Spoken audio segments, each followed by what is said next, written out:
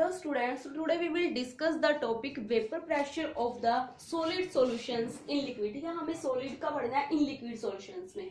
तो आप इसको एक चीज और बोल सकते हो कि जो वेपर प्रेशर हम आज नॉन वोलेटाइल सोल्यूट का पढ़ेंगे, नॉन वोलेटाइल सोल्यूट, क्योंकि आज हमारा जो सोल्यूट है वो सॉलिड है। लास्ट टाइम हमने जो पढ़ा था उसमें हमारा सोल्यूट लिक्विड था, ठीक है, तो उसमें जो वेपर प्रेशर था वो सोलवेंट की वजह से भी था और सोल्यूट की वजह से भी था। बट आज वाले केस में हम क्या पढ़ेंगे, जो हमारा सोल्यूट है, सोल्यूट क्या हमारा लिक्विड ना होके वो क्या है, सॉलिड है। ठीक है, तो सॉलिड आपको पता है कि सॉलिड यहाँ पे वेपर फॉर्म में नहीं जाएगा और सॉलिड भी किस तरह का है, नॉन वोलेटाइल है। ठीक है, कि वो वेपर फेज में नहीं जा रहा है, वो solid as it is solid ही रहेगा। तो नॉन वोलेटाइल सोल्यूट है हमारा, और जो हमारे यहाँ पे सोलवेंट है वो कैसा है, वोलेटाइल है। तो हमें इसका वेपर प्रेशर बढ़ना है। ठीक है, तो हम इसको भी एक सिस्टम के थ्रू देखेंगे। आप कैसे देख सकते हो, मान लो हमने 2 जार्स लिए हैं। ठीक है, ये हमारा ए जार है और यहाँ पे हमारा बी वाला जार है। हमें यहाँ पे क्या करना है, हम यहाँ पे ना हमने जो 2 जार लिए उसमें एक जार हमने सिर्फ कंपैरिजन करने के लिए है, तो इसमें हम सिर्फ सोलवेंट लेंगे। ठीक है, यहाँ पे जो आपके मॉलिक्यूल्स है वो क्या है, सिर्फ सोलवेंट है। यहाँ हमारे केस में क्या आपके सोलवेंट भी है और यहाँ पे क्या आपके सोल्यूट भी है। ठीक है, यहाँ पे सोल्यूट पार्टिकल्स भी है। तो इस वाले केस में होगा, मान लो हमारा यहाँ पे दोनों केस में जो हमारा इनिशियल लेवल है ना वो सेम है। हम क्या कर लेते हैं, जो हमारा इनिशियल लेवल है वो क्या है, सेम है, कि दोनों का यहाँ तक है। ठीक है, ये हमारा क्या है, इनिशियल लेवल है। अब यहाँ पे क्या होगा, आफ्टर सम टाइम हम क्या कर रहे हैं, इसको हीट अप्लाई कर रहे हैं। ठीक है, अगर इसका टेम्परेचर इंक्रीज कर रहे हैं तो क्या होगा, ये वेपर फेज में जाएगा। ठीक है, तो जब ये यहाँ पे वेपर्स बन जाएंगे, आपके वेपर बन गए हैं और यहाँ पे लार्ज नंबर में वेपर्स बने हैं, लार्ज नंबर है वेपर्स का। बट जो यहाँ वाला केस है, यहाँ पे वेपर्स बहुत कम बनेंगे। ठीक है, लेस नंबर ऑफ वेपर्स। इसका रीजन क्या है कि यहाँ पे जो वेपर्स है वो लेस अमाउंट में क्यों बने हैं, ये हम देखते हैं। जो इसका इनिशियल लेवल है वो क्या हो जाएगा, मान लो इसका सॉरी इनिशियल लेवल है, इसका फाइनल लेवल मान लो यहाँ पे हो गया, ये इसका फाइनल लेवल हो गया। क्यों डिक्रीज क्यों हुआ, क्योंकि जो हमारे सोलवेंट मॉलिक्यूल्स थे वो वेपर फेज में चले गए, इसका लेवल लो चला गया। बट इसके केस में फाइनल लेवल हमारा इसके बराबर नहीं होगा, इससे कुछ ऊपर ही रहेगा, मान लो यहाँ पे है। तो ऐसा क्यों हुआ, क्योंकि यहाँ पे जो वेपर्स है ना वो ज्यादा अमाउंट में बन रहे हैं, तो हमारा लेवल डिक्रीज हो रहा है। यहाँ पे वेपर्स इतनी अमाउंट में नहीं बन रहे हैं तो लेवल कम डिक्रीज हुआ है। और ऐसा क्यों हुआ, तो यहाँ पे आपका जो सोल्यूट है और सोलवेंट है, सोल्यूशन है, दोनों वोलेटाइल है, इजिली वो वेपर फेज में चला जाता है। ठीक है, बट यहाँ पे क्या होता है, जो सोल्यूट पार्टिकल्स है वो क्या करते हैं, जो हमारा सॉल्यूशन है उसकी लेयर पे क्या सरफेस पे लेयर बना लेते हैं। ठीक है, तो जो हमारे वेपर में जाना चाहिए था, जो हमारा सोलवेंट, यहाँ से आपको पता है जो सोल्यूट है वो तो नॉन वोलेटाइल है, वो तो वोलेटाइल है ही नहीं यहाँ पे, तो वो वेपर फेज में नहीं जाएगा, जाएगा सिर्फ सोलवेंट।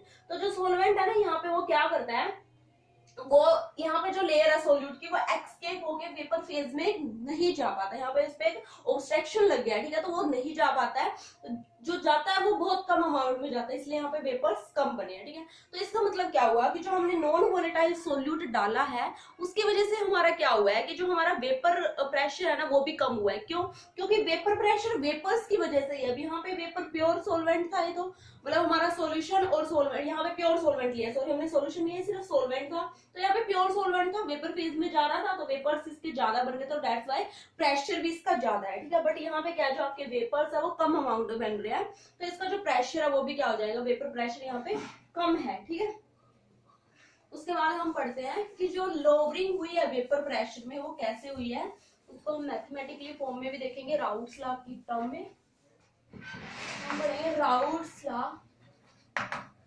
फॉर नॉन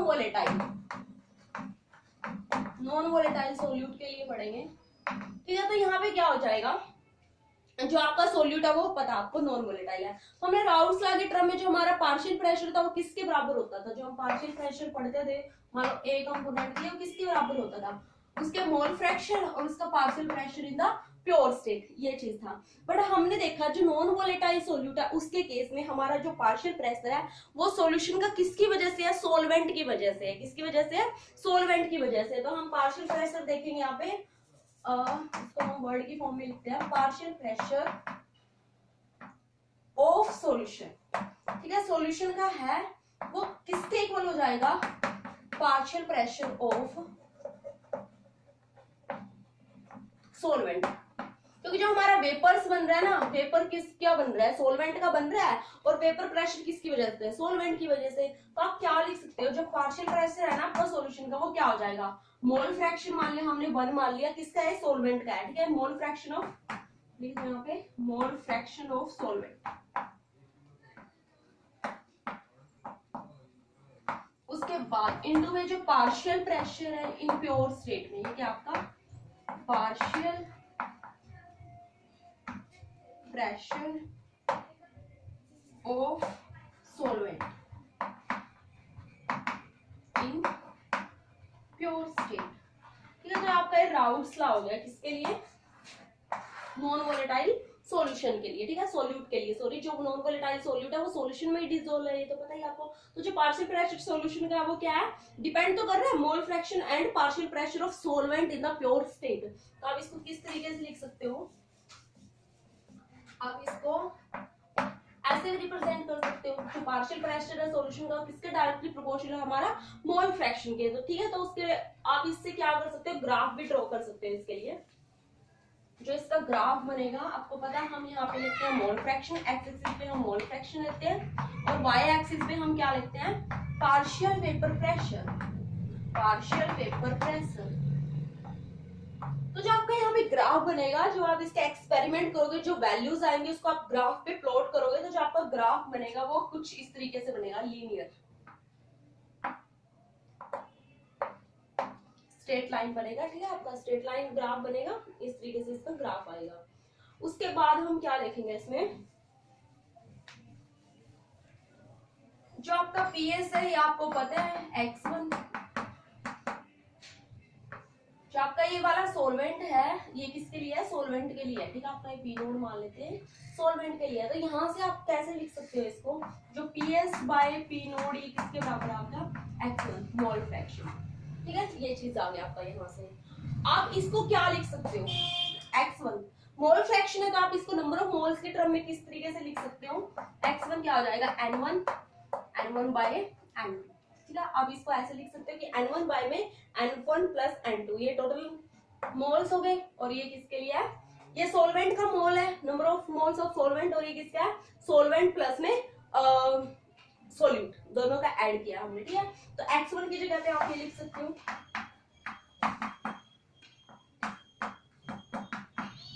ठीक है, इस तरीके से आप इसको लिख सकते हो। आगे हम देखते हैं इसको, आप क्या करोगे, इसको माइनस करोगे from 1, minus from 1 on both side, ठीक है। दोनों साइड आप माइनस, सॉरी 1 में से इसको माइनस करोगे, तो इधर क्या आ जाएगा, 1 PS by P note 1 n1 plus n2। इसको हम सोल्व करेंगे तो इधर हमारा जो आएगा, इधर क्या आ जाएगा आपका, P naught minus PS by में पी नोट। आप इसको सोल्व करोगे, n1 plus n2 minus n1 plus n2, ठीक है। यहाँ से n1 कैंसिल आउट हो गया, तो हमारा बचा क्या, जो फाइनल हमारा रिजल्ट आया इसका, P naught minus PS by P naught is equal to, इधर से सिर्फ n2 बचा, n1 plus n2। This is our final result Raoult's. इसको हम क्या बोल सकते हैं, जो P naught minus PS means ये तो हमारा प्योर का है और ये हमारा सॉल्यूशन का है, ठीक है। तो ये क्या हुआ है कि जो हमारा वेपर प्रेशर है ना वो कितना कम हुआ है, अगर हम प्योर सॉल्वेंट का माने इतना है और ये PS सॉल्यूशन का है, ठीक है। तो ये क्या है हमारा कि वेपर प्रेशर कम हुआ है, लोअर हुआ है, कितना हुआ है, यहाँ से इसकी वैल्यू आती है। तो इसको हम बोल सकते हैं, जो ये वाली टर्म है relative lowering of vapour pressure है, relative lowering of vapour pressure, ठीक है, relative lowering of the vapour pressure of the solution. तो आप इसको डिफाइन कैसे कर सकते हो, जो relative lowering of vapour pressure है ना of the solution is equal to the mole, या तो हम इसको बोल सकते हैं मोल फ्रैक्शन ऑफ सोल्यूट, क्योंकि जो ये वाली वैल्यू है किसके बराबर है, x2 के बराबर है, n2 n1 प्लस n2, ठीक है। तो हम इसको पता है आपको क्या बोलते हैं, मोल फ्रैक्शन है, किसका मोल फ्रैक्शन है ऑफ द सोल्यूट। ठीक है, तो आज के लिए आपका इतना ही। हमने राउल्ट्स लॉ कल पढ़ा था, जब भी हमने पिछले लेक्चर में डिस्कस किया था, जो हमने पढ़ा था वो राउल्ट्स लॉ था आपका किसके लिए था, वोलेटाइल सॉल्यूशंस के लिए। उसमें लिक्विड भी आपका वोलेटाइल था और उसमें जो आप सोल्यूट ले रहे थे वो भी आपका क्या था, वोलेटाइल था। ठीक है, उसके लिए। और आज हमने पढ़ा है नॉन वोलेटाइल सोल्यूट के लिए। ठीक है, तो हमारे वाला टॉपिक खत्म हो गया। कल हम इसको हेनरी लॉ से रिलेट करके देखेंगे। आज के लिए इतना ही। Okay, thank you.